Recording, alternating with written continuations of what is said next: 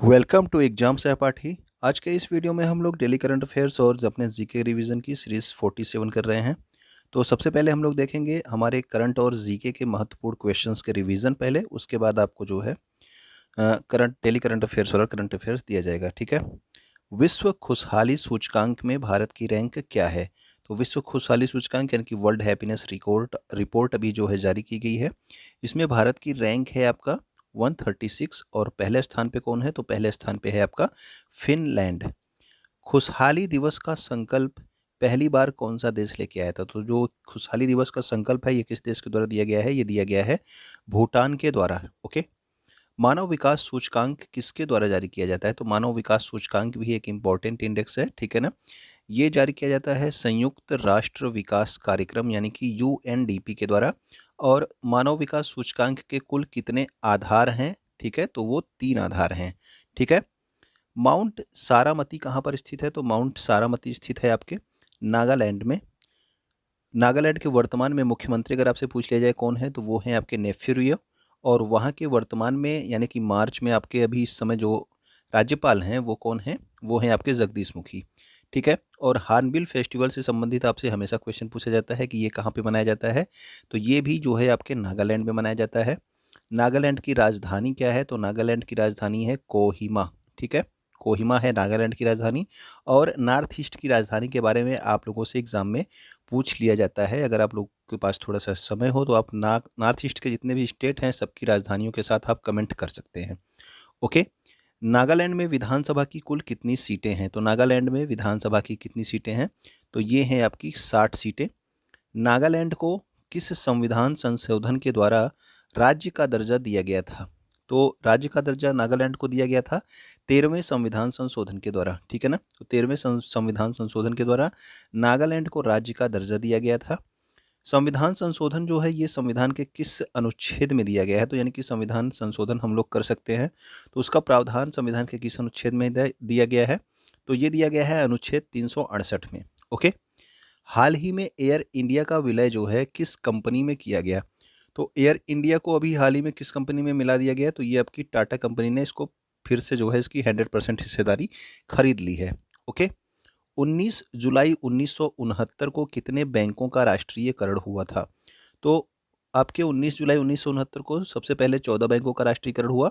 उसके बाद 1980 में 6 और बैंकों का राष्ट्रीयकरण हुआ। ठीक है ना। तो 1969 19 जुलाई 1969 में 14 बैंकों का राष्ट्रीयकरण हुआ था। उसके बाद 15 अप्रैल 1980 को 6 और बैंकों का राष्ट्रीयकरण किया गया था। अगर आपसे पूछ लिया जाए कि रिजर्व बैंक ऑफ इंडिया का राष्ट्रीयकरण कब हुआ था?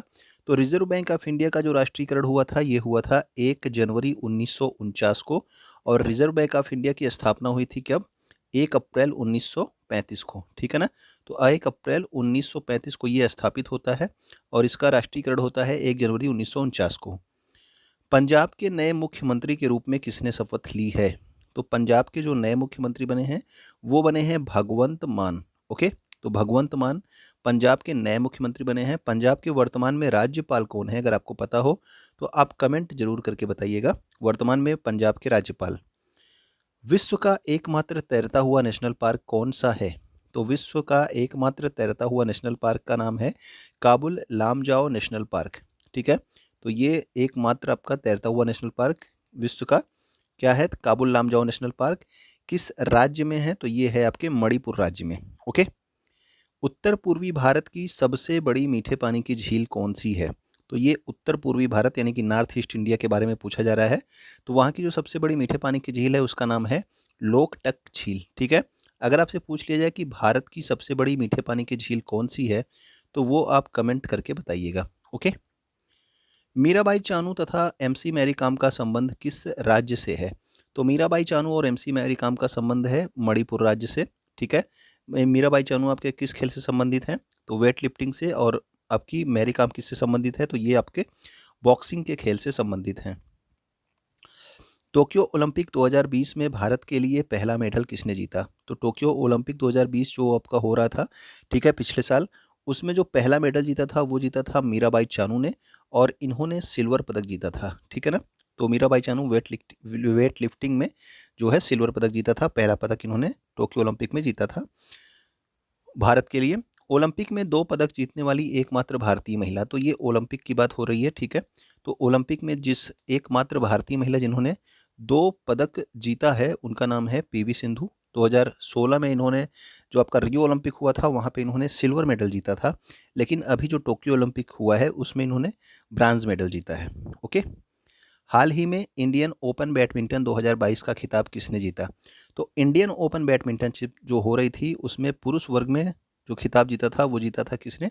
लक्ष्य सेन ने, ठीक है ना। तो ये इंडियन ओपन है, तो इसमें लक्ष्य सेन ने जीता था। थॉमस कप और उबेर कप, इसका संबंध किस खेल से है? तो ये भी आपके बैडमिंटन के खेल से संबंधित हैं, थॉमस कप और उबेर कप। सेशेल्स एक देश है, यहाँ की राजधानी का क्या नाम है? तो सेशेल्स देश की राजधानी का नाम है विक्टोरिया। ओके। भारतीय नौसेना द्वारा मिलन युद्धाभ्यास का आयोजन कहाँ पर किया गया? तो भारतीय नौसेना ने मिलन युद्धाभ्यास का आयोजन किया है आपके विशाखापत्तनम में। और एक आप इसमें पॉइंट और याद रखना कि मिलन युद्धाभ्यास किसके द्वारा जारी किया गया है, किसके द्वारा मतलब आयोजित किया गया है? तो याद रखना ये भारतीय नौसेना का ही अभ्यास था। ओके।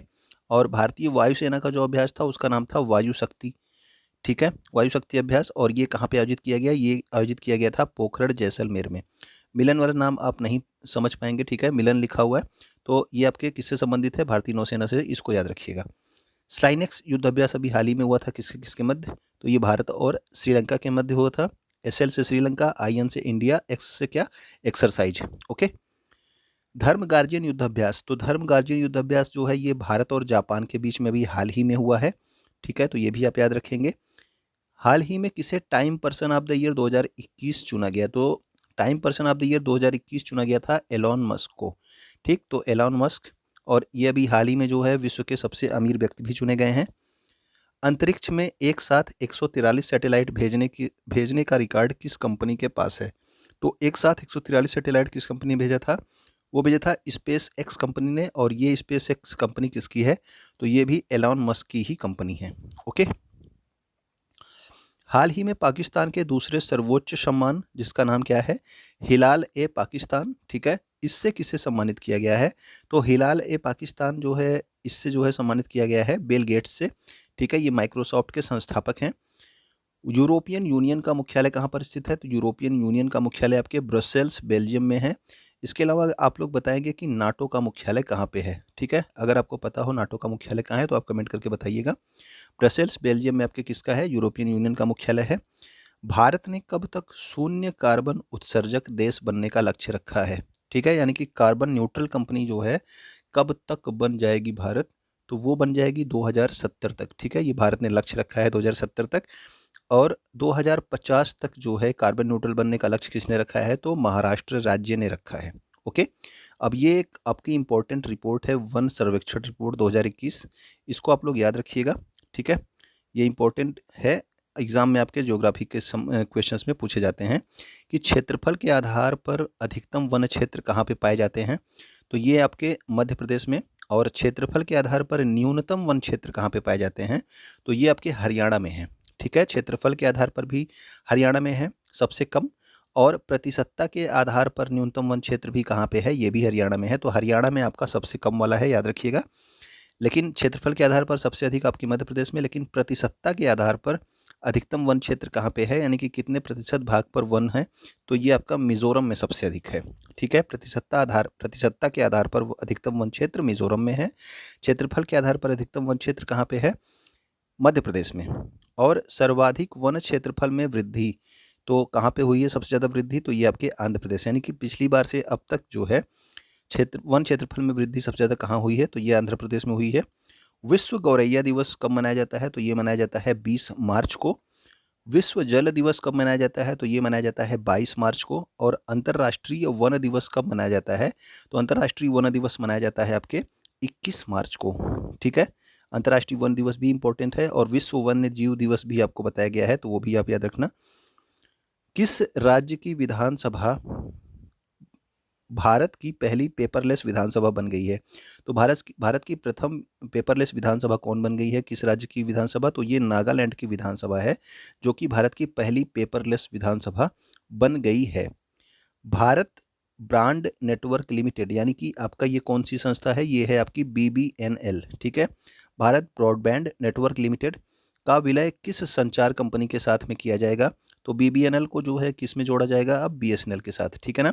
तो भारत ब्रॉडबैंड नेटवर्क लिमिटेड का विलय किस में होगा? तो बीएसएनएल के साथ किया जाएगा, ठीक है। हाल ही में मणिपुर के मुख्यमंत्री पद के लिए किसने शपथ ली है? तो मणिपुर के मुख्यमंत्री जो बने हैं वो बने हैं एन बीरेन सिंह। और आपको बताना है कि एन बीरेन सिंह को जो है शपथ किसने दिलवाया, ठीक है। तो मुख्यमंत्री को शपथ कौन दिलवाता है? तो वो दिलवाते हैं आपके राज्यपाल, ठीक है। और राज्यपाल जो है वर्तमान में मणिपुर के कौन है, ये आप कमेंट करके बताएंगे। ऑल इंग्लैंड ओपन बैडमिंटनशिप चैंपियनशिप 2022 का मेंस सिंगल का खिताब किसने जीता? तो ये जीता है विक्टर एक्सेल्सन ने। और उप विजेता रहे हैं लक्ष्य सेन, यानी कि ये फाइनल मैच में हार गए। अभी आपको कुछ देर पहले बताया गया था कि लक्ष्य सेन ने ऑल इंडिया ओपन बैडमिंटनशिप चैंपियनशिप जीती थी, ठीक है। लेकिन ये ऑल इंग्लैंड बैडमिंटन चैंपियनशिप है, जिसको किसने जीत लिया है? विक्टर एक्सेल्सन ने जीत लिया है। भारत और किस देश के मध्य लामीतीय 2022 संयुक्त सैन्य अभ्यास आयोजित किया जा रहा है? तो लामीतीय जो है 2022 ये आयोजित किया जा रहा है भारत और सेशेल्स के बीच में, ठीक है ना। तो याद रखना, भारत और सेशेल्स के बीच में कौन सा युद्धाभ्यास होता है? लामीतीय, ठीक है, 2022 युद्धाभ्यास हो रहा है। हुरून ग्लोबल रिच लिस्ट 2022 के अनुसार विश्व के सबसे अमीर व्यक्ति तो एलॉन मस्क हैं। और मुकेश अंबानी इस लिस्ट में किस नंबर पे हैं? तो ये है आपके 9वें नंबर पे, ओके। किस संगठन ने विश्व का पहला कार्बन डाइऑक्साइड उत्सर्जन शुल्क लगाने का फैसला किया है? तो कार्बन डाइऑक्साइड उत्सर्जन शुल्क कौन सा देश लगाएगा? तो वो लगा रहा है यूरोपियन यूनियन, ठीक है। तो यूरोपियन यूनियन आपके 27 देशों का एक समूह है, जिसकी मुख्यालय अभी आपको बताया गया कहाँ पे? ब्रसेल्स, बेल्जियम में है। हाल ही में हाइपरसोनिक मिसाइल किंजल चर्चा में रही, यह किस देश से संबंधित है? तो किंजल क्या है? एक हाइपरसोनिक मिसाइल है और यह रूस की एक मिसाइल है। मालदीव सरकार द्वारा किसको स्पोर्ट्स आइकॉन पुरस्कार से सम्मानित किया गया? तो स्पोर्ट्स आइकॉन पुरस्कार से सम्मानित किया गया किस सरकार के द्वारा? मालदीव की सरकार के द्वारा। किसे? सुरेश रैना को, ठीक है। अगर आपको चीज़ें अच्छी लगी हो तो आप कमेंट करके बता सकते हैं। इसके अलावा आप शेयर कर सकते हैं, वीडियो को लाइक कर सकते हैं। वीडियो देखने के लिए आपका बहुत बहुत धन्यवाद।